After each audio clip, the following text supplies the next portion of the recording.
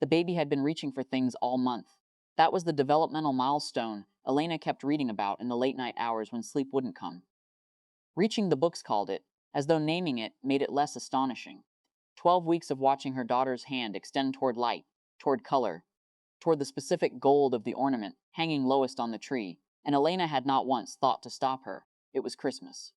The house smelled like pine, and the rosemary chicken Marcus had been basting since morning.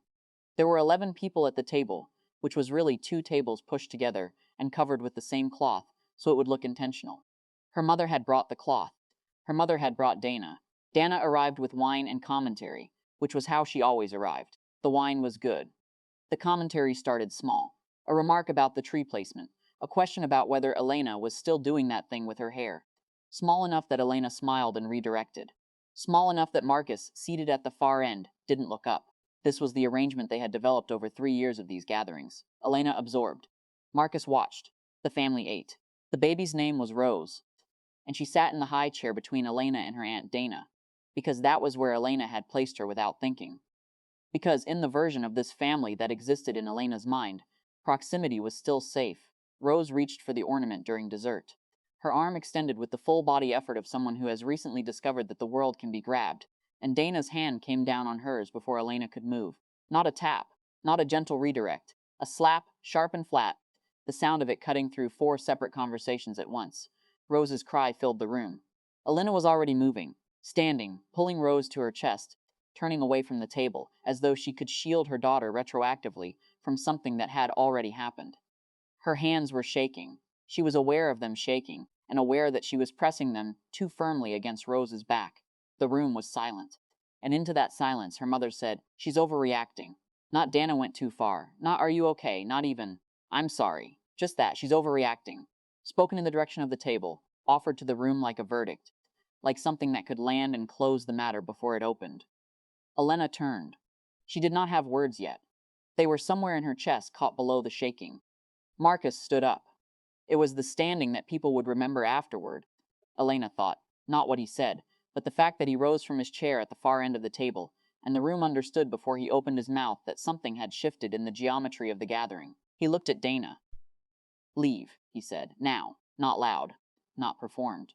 The voice he used was the same voice he used to ask someone to pass the salt, flat, factual, without negotiation embedded in it. Dana looked at their mother. Their mother looked at Marcus. Marcus did not look at their mother.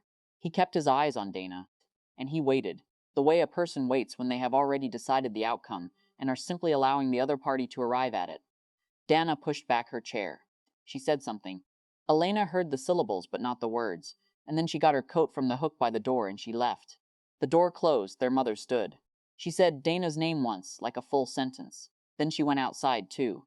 The room rearranged itself slowly. Elena's Aunt Bev asked if Rose was all right. Marcus's college friend, who had been invited for the first time this year, and would tell this story for years without quite understanding what he had witnessed, quietly refilled his glass. Elena's cousin reached across the gap in the tablecloth and straightened a candle that didn't need straightening. No one said, "That was right," or "That was necessary." No one said anything that required Elena to respond. She sat back down with Rose on her lap. Rose had already stopped crying. The resilience of infants, Elena thought, the way they moved through distress and out the other side without needing it to mean something. She was reaching again. Different direction now. Toward Elena's necklace, Elena led her. Her mother came back inside after 20 minutes. She sat down at the table. She ate the remainder of her dessert without looking at Marcus, without looking at Elena, without saying anything that touched the surface of what had happened. Elena watched her. She thought about the years of absorbing. The smaller slaps, not literal, not ever literal before tonight. The comments about her parenting, the jokes about her husband's silences, the way Dana's behavior had been translated, year after year, into something Elena was responsible for metabolizing. "She means well. That's just how she is. You're too sensitive." She did not say any of this. She understood, sitting there, that some things do not require a speech. That some lines, once drawn, simply exist. That her mother knew what had happened, and had made her choice in the first 5 seconds, and that choice had been recorded by everyone at the table, even if no one named it. The dinner ended the way dinners end. People helped clear plates. Someone put on music. Marcus washed dishes without being asked. When the last guest left, he stood in the kitchen doorway and looked at her, and she looked back at him, and neither of them said, Did we do the right thing? Because that was not the question. The question had already been answered. Donna did not come back to their home. There was no announcement. No formal conversation, no dramatic final exchange. She texted Elena twice in January. Once about something unrelated, once to say she hoped they could talk when things settled down. Elena replied to both, briefly. Without hostility, things did not settle down in the direction Dana meant. Rose turned one in March. The party was small. Marcus's family, two couples they were close to. Elena's Aunt Bev, who had straightened the candle. Elena's mother came. She held Rose for a long time by the window, in the good afternoon light, and Elena watched her from across the room and felt something she couldn't name precisely. Not victory. Not vindication.